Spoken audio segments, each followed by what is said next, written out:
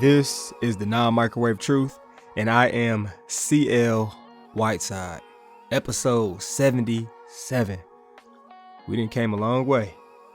We done switched up the intro or theme music, whatever you want to call it. But we keep the formula the same. We starting with our first world problem today.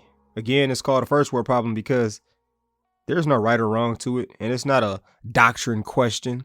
Like, if you don't believe this or you don't agree with this, then you going to hell. Like, it's not that serious. But it is something to get you thinking. Our first world problem question today is, you taking a guess.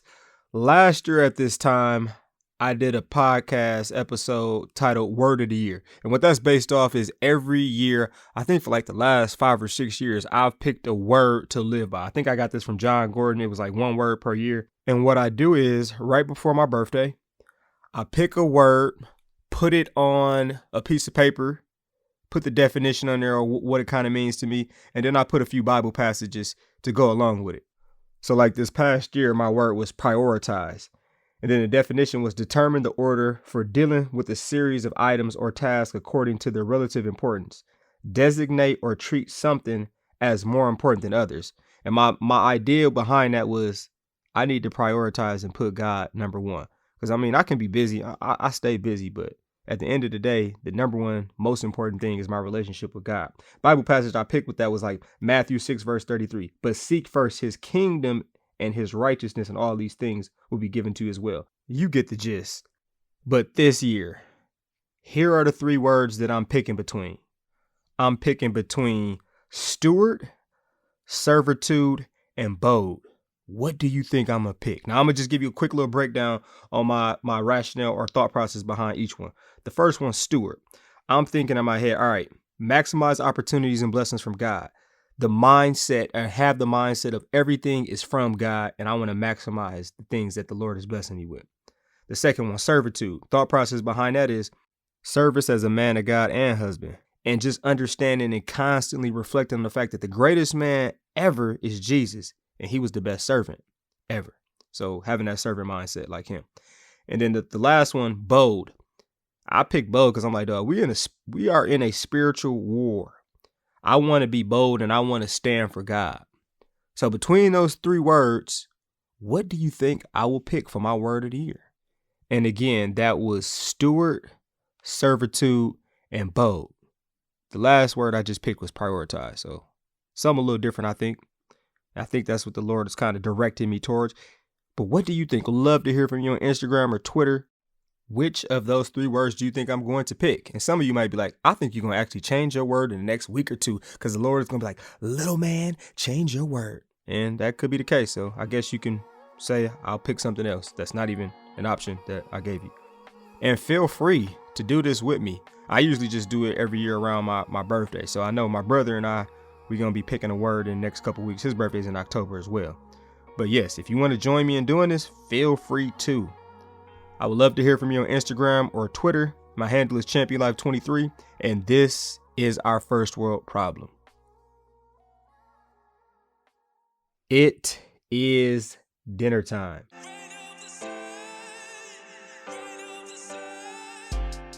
The title of our episode today is, Am I Delusional?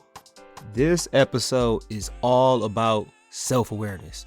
Like, do you consider yourself a self-aware person? Like, do you know what people say about you when you're not around? What do you think someone would say about you that doesn't like you?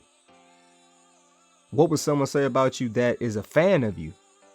Do you have a good idea of what someone would say about you if they were just being completely honest, keeping it 100, keeping it a buck? Do you know what they would say about you? And the real question is, what do you say about yourself? Is what you say about yourself actually true? And I'm telling you, I was like, I have to do this episode because people real life lack this quality. What quality am I talking about again? Oh yeah, self-awareness. And I can't lie, I think that's one of my strengths. Like, I am very rarely the smartest person in the room. But you know what I can do? I can see who is full of it, and then I can see who actually knows what they're talking about. And on this episode of Am I Delusional, we are really going to look at how self-aware are you as an individual. And like it's levels to this delusion that people have. Like if I came up to you and said, I'm a tall white woman with a lot of hair. I mean, I named everything that was opposite. Tall, nope, I'm short. White, nope, I'm blickety blickety black. Woman, nope, I'm a man. A lot of hair, ha, I'm bald and proud, baby.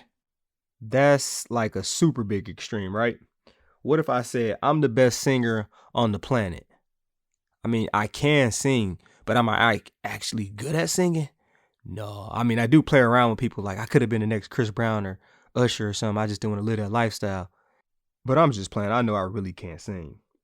But if I would have put my mind to it, I could have been the best singer in the whole wide world. Isn't that what we always tell kids? And it's like I could have practiced 10,000, 20,000 hours. Sometimes people just don't have it. And that's one of those things I just didn't have. And that's okay, despite what our culture tells us.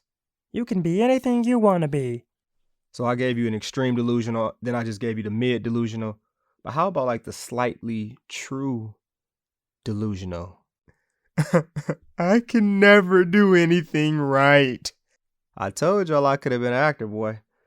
Okay, enough of that. But let me break down a few characteristics of myself that I'm self-aware about and kind of what they mean to me and how those things could kind of get twisted by someone else who felt the same thing. So 3 things that I am aware of about myself. I'm short, I'm black, and I'm a man. Now that first one, short. I don't see that as a negative. It's just a fact or something that makes me different or it makes me unique. It means certain things I need to get a stool for because I can't reach. And you know what? My hops are deteriorating, dropping, so I don't want to be jumping up there getting certain things. So I need a ladder. I need a stool. But I know some people take short as a negative, and that makes them have a chip on their shoulder in the negative way. You heard of little man syndrome? That's people who just run around angry because they little and just, I don't know, just angry. Like, bro, why you so mad? Because you short? Like, that ain't a sin. It's not like you ugly because you short. But another characteristic that's visual that people usually define themselves by is their weight. If someone is self-aware that they have picked up a bunch of pounds, it can be good because they can realize they actually can make a change and they need to start working out, eating healthier, live a healthy lifestyle. But in the same way, I remember hearing 2 women talking and they were like, girl, I'm not fat, I'm thick, blah, blah, blah, blah, blah. And it was like, if you took a BMI test or a skin fold test, you would definitely be in the category of obese. And that's just a higher risk of disease and all that other stuff. So if that person thinks that, they aren't able to make any changes. In the same light, though, it could be bad if you realize that you have picked up weight and that becomes an insecurity for you. And if that's why you stop liking yourself, what I've seen people do is they project that onto other people and think that people don't like them too for the same reason that they don't actually like themselves. And that's one of those things when people are like, they're looking at me because I'm short. They're looking at me because I'm fat. They're looking at me because fill in the blank. And it's like, nobody's probably looking at you. No one really cares. But since that's an insecurity and something you don't like about yourself, you think other people don't like you for the same reason and are paying you attention. And it's like, that's not true. And like I said, I'm aware that I'm black. That's just me being aware of what others may think of me. Expectations that may come along with that from black people, from white people, from anybody. There are certain expectations that usually come along with that. And then the last one I said was being a man. I just want to go to the correct bathroom. I'm just kidding. Well, kind of. But it's just understanding that God has certain expectations for me as a man. And I need to know and live by those expectations that God has set aside for men to be a godly man. And on this episode of Am I Delusional, we have to get at the idea or the message that our culture tries to tell us that we can be anything that we want to be. Like, I can't be an NFL lineman. I can't be a teenager. I just can't. Like, those things have passed me. It's impossible. And I'm going as far to say that those things are not in God's plan. So don't try to hit me with that. Nothing is impossible with the Lord. This ain't in God's plan. And I think what's allowed me to be self-aware is that growing up, I was coached hard. That made me more self-aware. Like, I don't need the Oreo effect. And you're like, what's the Oreo effect? I remember people coming to observe me teach. They would give you something positive, then they would give you something you need to work on, and then they would give you something positive again. And it's like, I don't need all that. Just let me know what I'm doing wrong. Tell me something I didn't notice or I am blind to. Get to the point. Please don't waste my time. And I'm not saying I don't like to be complimented or I don't need words of affirmations, babe. So make sure you keep giving them to me. But what I'm saying is, if you're coming to observe and to help me get better, get to the point. Let's cut out all the fluff. And what I've realized from coaching a number of sports and just being observant is that a good amount can't handle people telling them they're not good at this or they're not good at that. They can't handle people telling them their weaknesses. And as a result, how they react to that is horrible. Like, they spend too much time trying to prove people wrong and being defensive instead of figuring out how to improve or how to tap into their strengths. And that's something where I've seen people miss out on blessings because we act like the person who told us this is our enemy. So we disregard everything else they say. And like, that's a huge point. We disregard what someone says to us. We miss out on blessings because they told us something we didn't want to hear. They told us our weaknesses or something that we need to improve on. And now we're like, that person's a hater. I don't want to hear anything they say. When actually they have a lot of good information and things that could actually help us. But we discard everything else they say. And a lot of us think too highly of ourselves. We're delusional to who we really are. And there's lots of different reasons for this. Sometimes it's because we just don't want to make a change. Or we think we can trick or lie our way out of it. Or other people have lied to us. I guess I shouldn't say lie, because they're telling you that you're the best that they've seen, and they just might not have seen a lot. Or you're the smartest to them, but they just might not have been around a lot of people. So what happens is that becomes our sense of reality, and it's not actually reality. It's not actually truth. And then there's another trick where people think that if they talk about it enough, it'll come true. Like, I can manifest this into existence. Some stuff you can't, because your world is not the entire world. And what you're asking or trying to do is not just your world, but is actually the entire world and involves other people's lives. And on this episode of Am I Delusional, we've gotten to this state, or this place, I would say, because so many motivational speakers and models are telling me, I'm enough. You are. But we can't just leave it at that, and we have to explain why today. Self-awareness check right here. Personal confession. I'm bad. Like, I am hot garbage without Christ. I deserve to be in the same place as the worst people you can think of if I didn't have Jesus Christ. And if you're thinking to yourself, I'm a good person, I don't necessarily need Jesus, all poop stinks. And you got poop. And like I said, I know I have Jesus. I know I am a redeemed, bought back child that's reconciled, renewed, and blessed by the best. But I still realize that I'm capable of just horrendous things. Like, I know that I'm capable of cheating on my wife in a lot of different ways. So because of that self-awareness, I create fences. I'm intentional. And I'm self-aware to realize I need to call on the Lord each and every day.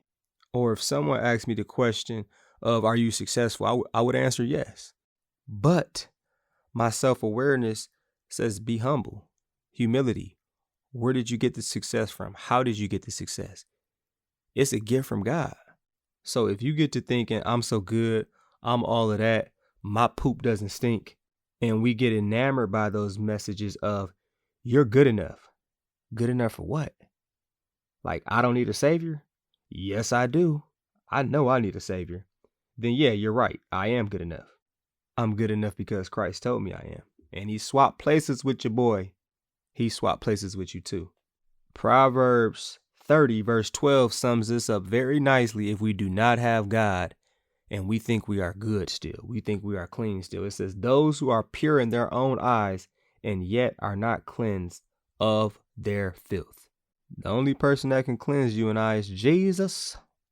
And once you're cleansed by Jesus, believe that, because that's where the devil comes in and says, you know what? remember that one time you did this? God can't forgive that. Like you're a horrible person. You suck. And this is where delusion comes in the opposite way. Because I've had athletes who I'm like, dude, you are really good. And they're like, or you just did that very well. And they're like, no, I'm not. I'm horrible. And it's like everyone else could see that they're good special, or they can see that they're doing well, but they can't see it for themselves. And that's part of the delusion. That's part of finding the balance of understanding your identity is in Christ. You are renewed through Christ. So on this episode of Am I Delusional? We got to look at how do we keep ourselves from being delusional and instead be self-aware. First thing, we have to be aware of what we think about ourselves just as much as what others think about us. And the reason I say this is because what you think about yourself is what you usually think others think about you as well. We don't want to project microwave truths on ourselves. And that's those cliche messages of, I can be anything I want to be. You're enough. It also could be the messages of, I suck. I don't do anything right. All these messages alone are half truths. Like there's some truth to it, but it's not the absolute truth. It's not the non-microwave truth. And that's why it's so important to examine what you're thinking about yourself and why. What is causing you to view yourself the way you do? And in response, make you reacting or make you treat people a certain way. The second thing we can do to keep us from being delusional and creating self-awareness is invite people to be honest with you and don't get defensive or brush off what they're saying. Sometimes people might tell us something that's positive and be like, you're just being nice to me. That's not true. Just listen, reflect, examine. And I have an instance where I definitely had someone who was being honest with me. So how it works in my field or in my private sector of education is we don't necessarily apply for a job. They just come to you and they give you a job offer. It's called a divine call because it's something where you would be serving in public ministry in that particular role. The role that I got called for was assistant principal. So I had the option to either accept the position or to reject the position. And I remember someone who was completely honest with me. Like they didn't just tell me, oh, you'll be perfect for the job. In fact, they gave me more so their reservations on why they thought I should not take the position or maybe why I wasn't fit or ready for it at that given time. And the beauty of this is when you're making a big decision like this, you don't just want a bunch of yes men. You want people to talk to you and be 100% honest, especially if you know that they're coming from a place of love. And what that conversation made me do is it made me reflect. And in fact, I even understood why they said what they said. And it wasn't even a space for me to try and defend what decision I would or wouldn't make. It was just a time for me to listen. And long story short, I ended up accepting the position. But I know so many people would have been quick to write off that person and call them a hater. You didn't believe in me. And then they would write the person off. And since they didn't tell us what we wanted to hear, or they were just flat out wrong about that thing, we don't want anything else to do with them ever again. Oh yeah, and side note, mature Christians will come back like when that person gave me their reservations and stuff and have a conversation about it. Because we've had a number of conversations with it and they're like, yeah, I see how God worked. I see how God did this. I'm glad it worked out the way it did. But like self-awareness is just understanding, like, don't take it personal because what the person is saying has some truth to it. And you know how tough it is for someone who loves you to tell you, you need to make changes. You need to be better at something. You have to make sure you step up in this area or be careful about that. Like I've been in that position where I told someone my reservations for them and then that person, they did it. And then they come back to me like, you doubted me. You was wrong. Blah, blah, blah, blah, blah, blah, blah, blah, blah. One, that's not what I said. You got too sensitive on that one point that you didn't agree with. And two, I don't usually say this because I can see that the person can't handle it, but it's like, you still haven't made it. You have a long ways to go. And this is what I was talking about exactly. Like I never doubted the skill. I was getting on the pattern that you've shown and how that won't work because you need to treat the skill with delicacy and a certain discipline that you have not shown consistently. And like I said, there are some of us who cannot take positive comments or affirmations from other people. Shut up. Shut up, listen, and just say thank you. If you think the person is gassing or lying to you, reflect on it. Think about the ways that they could actually be right. Think about how God might be trying to show you the partnership that he has with you. All right, third big thing on this episode of Am I Delusional that keeps us from being delusional and instead makes us self-aware is constantly remind yourself of what God thinks about you and be in communication with him about what his will is for you. Be on God's time. People are most delusional when they thinking they can get something done faster than they actually can. And we are going to look at some people in the Bible now. Have you ever met someone who was just like pathetic, or they had no confidence, no swag, and they were just like limp, like delusional, like they could do nothing? Exodus chapter 3 and 4. We come to Moses. Moses being self-aware to a fault and saying he can't lead the people out of Israel because he's a nobody, even though God told him he could. But what if no one else believes me? Then another excuse of, I don't talk well. And we are the same as Moses, because it's like, Moses, did you forget that God was with you? And what's even bigger is when God is telling you or in this case, he was telling Moses to do something. We have to forget about all of our shortcomings and know that God is with us. Go read about that in Exodus chapter 3 and 4 and see if you are like that ever. It's one thing to be humble. It's another thing to be dismissive of the purpose that God has for you. And usually what God is going to do is he's going to use other people to try to push you and prod you to take the next step. Now, on the opposite end, we usually have the people who think too highly of themselves. I'm good enough to be a CEO of a company, but yet no company is willing to hire you to do that. Hey, I'm D1. You a senior and you have no offers. I'm a good leader. No one follows you. Or what's even worse is everything that leader touches gets destroyed. Bible example comes from Mark chapter 14, verse 27 to 31. And this is Peter. This is when Peter's like, I will never disown you. Not sure if he could even fathom that thought. Like, I don't think he fathomed the thought that he could disown Jesus. Peter was like, even if all the other disciples leave you, even if they all fall away, I won't fall away. I'll die for you. And Jesus' response was, today, yes, tonight, before the rooster crows twice, you yourself will disown me 3 times. But Peter insisted, even if I have to die with you, I will never disown you. And you know what? He wasn't the only one who said this. All the other disciples said the same thing. And if you know anything about it, Peter failed. And that's a prime example of us putting our faith in our own skills or abilities instead of putting it in the creator of those skills and those abilities. And on this episode of Am I Delusional, we got to look at a person from the Bible that is along the same lines of I can be anything I want or I can have anything I want. And that's Lot. Lot in the Bible is a great example on how we can get delusional.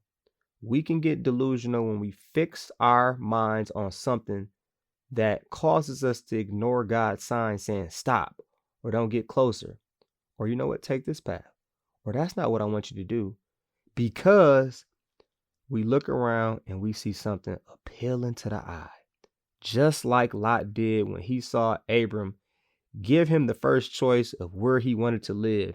And this is in Genesis chapter 13, verse 10 to 13. And I know some of y'all are like, well, hold up. What's wrong with that? And the catch is this. What's appealing to our flesh, what's appealing to our eyes, this is the same thing that made Lot, just like us, be okay with sin. And Lot was okay with being in places of sin in order to get what his flesh and what his eyes desired. We are delusional when we are like, sin has no effect on me.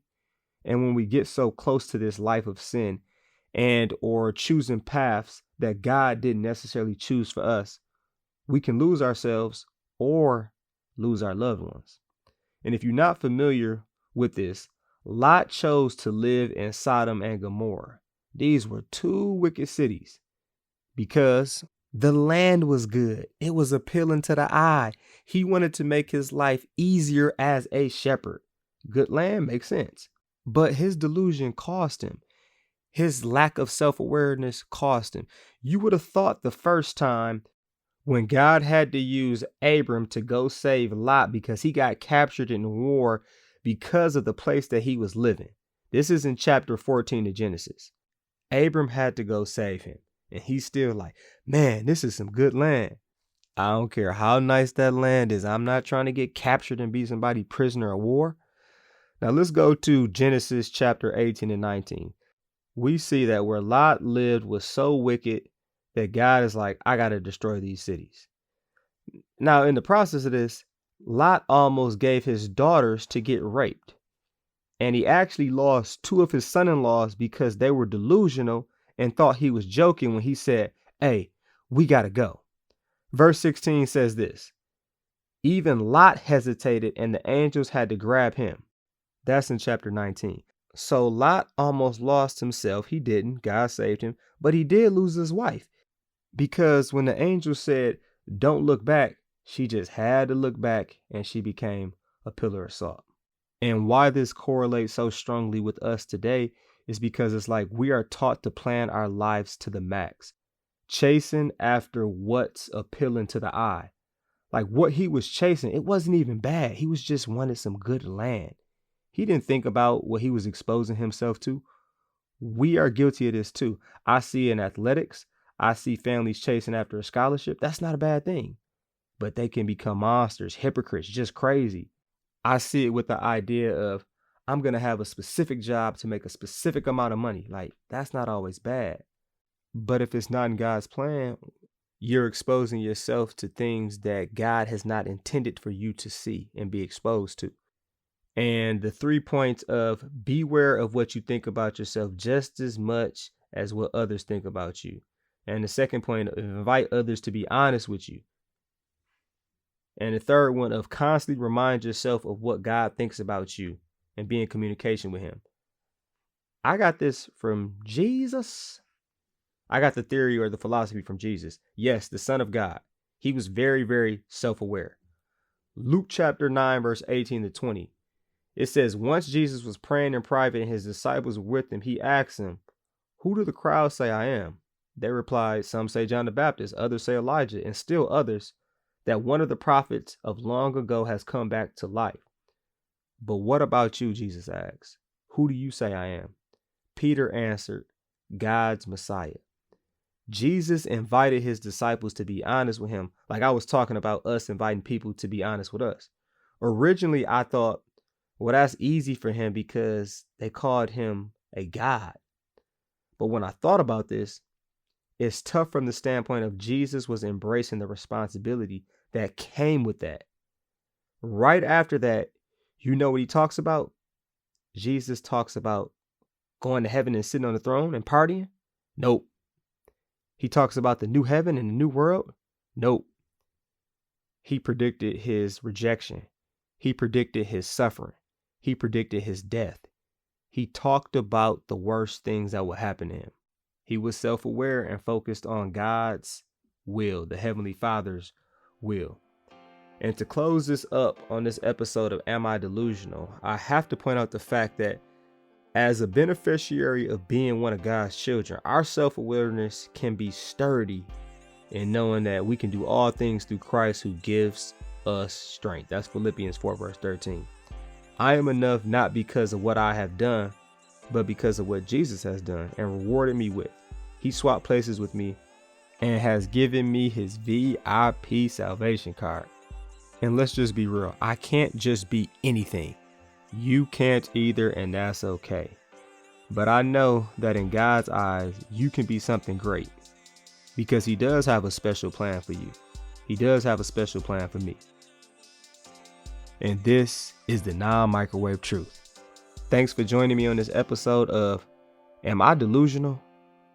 Peace, punch, Captain Crunch. Say no to drugs and yes to Jesus. I'm out.